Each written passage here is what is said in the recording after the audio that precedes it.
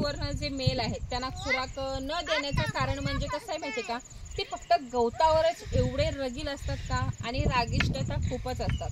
आता जी माझी ही 5 महिन्याची आहेत ना, ही पण काय करतात माहिती काय, कधी कधी मूड आलं तर टक्कर सुद्धा मारतात। मग अशा आता ती लहान आहेत त्यावेळेला काय वाटत नाही, टक्कर वगैरे मारल्यावर थोडंसं लागत नाही, पण ही जेव्हा मोठी होतील मात्र त्यावेळेला मला तिथं उभी पण करणार नाहीत अशी परिस्थिती येते। मग ह्यांना खुराक मात्र दिला तर ते कोणालाच ऐकणार नाही। ह्यासाठी नारी सुवर्ण जे मेल आहे त्यांना खुराकावर जास्त सांभाळू नये। जो आपण ब्रीडिंगसाठी ठेवतो त्याला मात्र खुराक दिला तर चांगला आहे, कारण की तो एकच असतो, पण ही बाकीचे असतात ह्यांना खुराक देऊ नये कधी, ह्यासाठीच, कारण की ही जास्त रागिष्ट असतात आणि ह्यांना खुराक दिल्याच्या नंतर सांभाळणं सगळ्यात अवघड गोष्ट होऊन जाते। तर काहींना असं वाटतंय की हे मेंढीपालन जे आहे ते व्यवसायाच्या दृष्टीने आपण करू शकतो का, तर कसं आहे ना की व्यवसायाच्या दृष्टीने करण्यासारखंच आहे।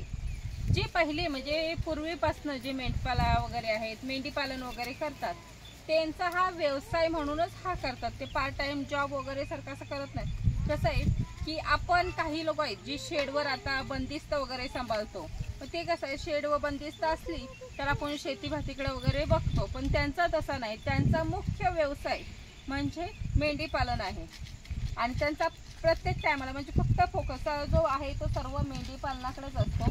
मेंढीपालनात त्यांचं सकाळचं रोजची कंटिन्यू म्हणजे टायमिंगच असतो, त्यांना सकाळी 7ला सोडून संध्याकाळी 7पर्यंत घरी आणणंच आहे, रानात चारायला नेणंच आहे।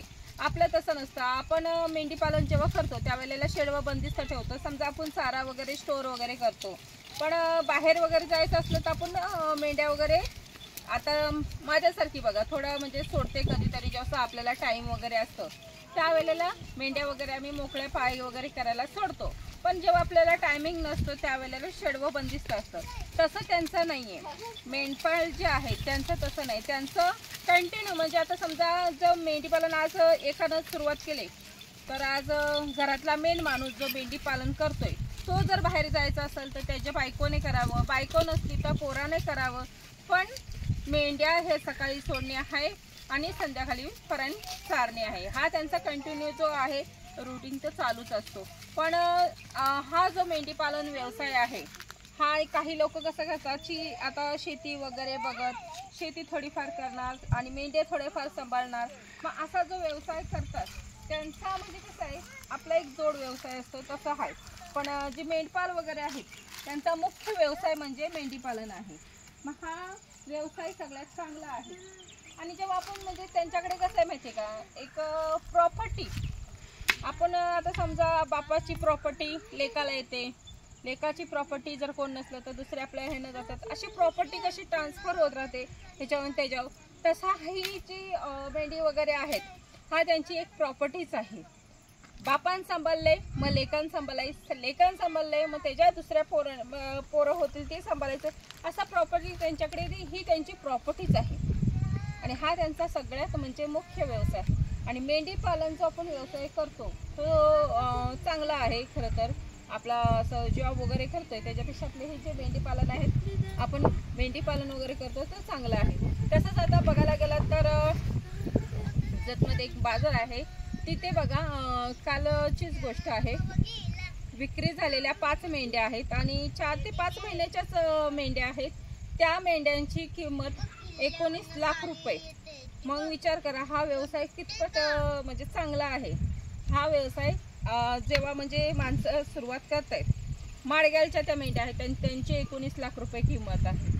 मग हे सर्व जे मेंढपाल आहेत ह्यांना सगळा हा व्यवसायाच्या दृष्टीने बघतात म्हणून त्यास चांगले फायदे येतात। आपली जी काही लोक आहेत ह्यांना ह्या व्यवसायाकडे म्हणजे कधी असं बघितलंच नाही की आपण मेंढीपालन वगैरे, आपली काही जी पिढी आहे ती पूर्वी गुरं वगैरे सांभाळायची, पण नंतर मग जो तो शिकलं चांगलं सवरलं की नोकरी जॉब हे सर्व करण्यात मग्न असतो। आपली जी पहिलीची पिढी होती गुरं वगैरे सांभाळायची ती त्यांच्या पोरांनी अशी पुढे चालवत नाही राहिलं, तर त्यांनी काय केलं आपलं शिकलंय ना चांगलं मग आपण जॉब करायचा, व्यवसायाकडे असं कोण वळलं नाही। पण काही जी आता यंग पिढी आहे जी ज्यांना आवड आहे मग ते असा व्यवसाय वगैरे मेंढीपालन वगैरे करतात। मग मेंढीपालन वगैरे हा व्यवसाय करते वेळी सुरुवातीला काही लोकांचं तिथं बोलणं येतं की हा व्यवसाय योग्य आहे की नाही, पण हे केल्याच्या नंतर आपल्याला माहीत पडतं योग्य आहे की नाही। आणि हा जेव्हा आपला सुरुवात व्यवसायाची करतो त्यावेळेला नंतरची बघणारी आहेत त्यांना मग माहीत पडतं हे योग्य आहे. मग हे जो मेंढीपालन आहे हा माझ्या मते तर सगळ्यात द बेस्ट आपला व्यवसाय आहे. तसंच एखाद्या म्हणजे ज्याला हा व्यवसाय वगैरे करायचा आहे आणि जॉब वगैरे करत असेल तर कसं आहे ना की जॉब करता करताही सांभाळू शकतो. पण एखाद्याचं जर लयच आवड असेल आणि जर फोकस त्याचा पूर्ण आपल्या मेंढरांकडे ठेवायचा असेल तर मग त्याने ही असली जर नारी सुवर्ण वगैरे घेतली तर 25 असल्यात तरी चालतील. कारण की 25 तासानंतर वर्षभरात तुम्हाला 50 पिल्लं भेटतील. आणि ज्या साध्या आहेत आपल्या ज्या साध्या मेंढ्या आहेत त्यांना जर ठेवायचं असेल तर त्यांना मात्र 50 मेंढ्या ठेवायला लागतील. कारण की 50 मेंढ्यांचं मग तुम्हाला एक एक पिल्लूच्या हिसाबाने 40 पर्यंत पिल्लं येतील. कारण की 50 आपल्याकडे मेंढ्या असतात. आणि जे आपल्या माडग्याला आहेत त्या माडग्याला जर घेतलं तर 5 ते 10 बस होतात. आता तुम्ही म्हणाले एवढ्या कमी कशा आहे, तर कसं आहे ना प्रत्येकाची क्वालिटी वेगळी असते. आणि आता ह्या आपल्या ज्या साध्या मेंढ्या आहेत ह्यांना एकच पिल्लू होतो. म्हणून तो व्यवसाय पुढे चालवायचा असला तर जास्त प्रमाणात पाहिजे. ह्याला कसं आहे 2-2, 3-3 पिल्लं होतात. पण 25 ते 50 वर्षभरात नक्कीच होतं. आणि आपले जे माडग्याला आहेत त्यांचं कसं होतंय की समजा आता त्यांची प्राईज वगैरे खूप आहे. आणि तसं बघायला गेलं तर आता समजा 50 जरी पिल्लं असतील माडग्यालची तर 50 आता सगळी 50च्या 50 क्वालिटी असते असं नाही. आणि 50चे सगळे उच्च पदावर पैसे दिले असं पण नाही. तर कसं आहे की त्या 50 पिल्लांमध्ये 1 ते 2 पिल्लू असे असतील जे शोभिवंत असतील नाकाला वगैरे त्याचं मात्र लाखामध्ये आपलं पैसे वगैरे येतात. मग असं आहे की ह्या ज्या नारी सुवर्ण आहेत ह्यांचं असं क्वालिटी वगैरे असं काही नाही आहे. तर ह्यांची पिल्लं डबल होतात. आणि मी हे सांगतच असते की ह्यांचा आपला डबल फायदा आहे की ह्यांना पिल्लं डबल होत आहेत. आपण चाऱ्यावर सर्व ह्यांच्यावर फोकस केला तरी चालतोय. कारण ह्यांना असं खुराकच पाहिजे असं काही नाही आहे. त्यांना व्हायचे ते 2 पिल्लं होतातच. आणि त्याच्यासोबतच पिल्लं आपली डबल होत आहेत.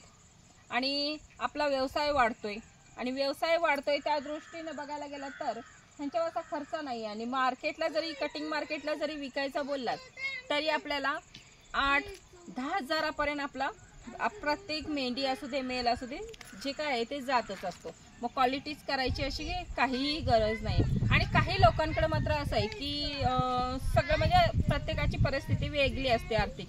कोणाकडे पैसे असतात जास्त तर कोणाकडे नसतात. मग अशा वेळेला काय करायचं आहे आपल्याला की समजा तुमची जी नोकरी वगैरे आहे ती नोकरी तुमची कंटिन्यू चालूच ठेवायची आहे.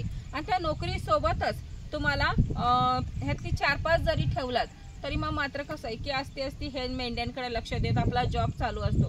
आणि नंतर मग 1-2 वर्षाने त्याची डबल आणि आपल्याला उत्पन्न भेटतो. कारण की आपली इकडे पण चालू असतो मेंढ्यांचं आणि आपला जॉब पण चालू असतो. ह्याने मग मात्र कसं होतंय की एकदाच उडी मारायची तिथे असते आपण हा व्यवसाय सुरुवात करू शकतो.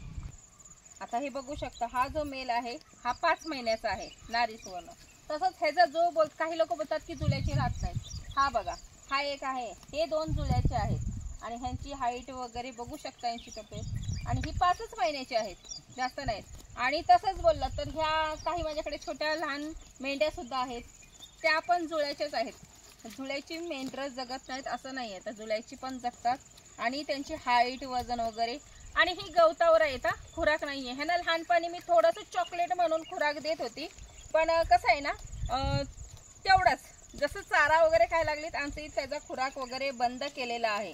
आणि खरं तर मुळात नारी सुवर्ण मेंढ्यांना मेलला वगैरे आपण खुराक देऊच नाही. कारण की कसं आहे की ही चाऱ्यावरच आहेत ना तर ऐकत नाहीत. आता तुम्हाला मी दाखवलं असतं पण दाखवेन एका व्हिडिओत की यांना का खुराक वगैरे द्यायचा नसतो.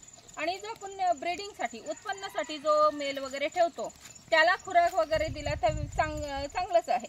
पण ही जी बाकीचे एक्स्ट्राचे असतात ना त्यांना मात्र खुराक देऊ नये.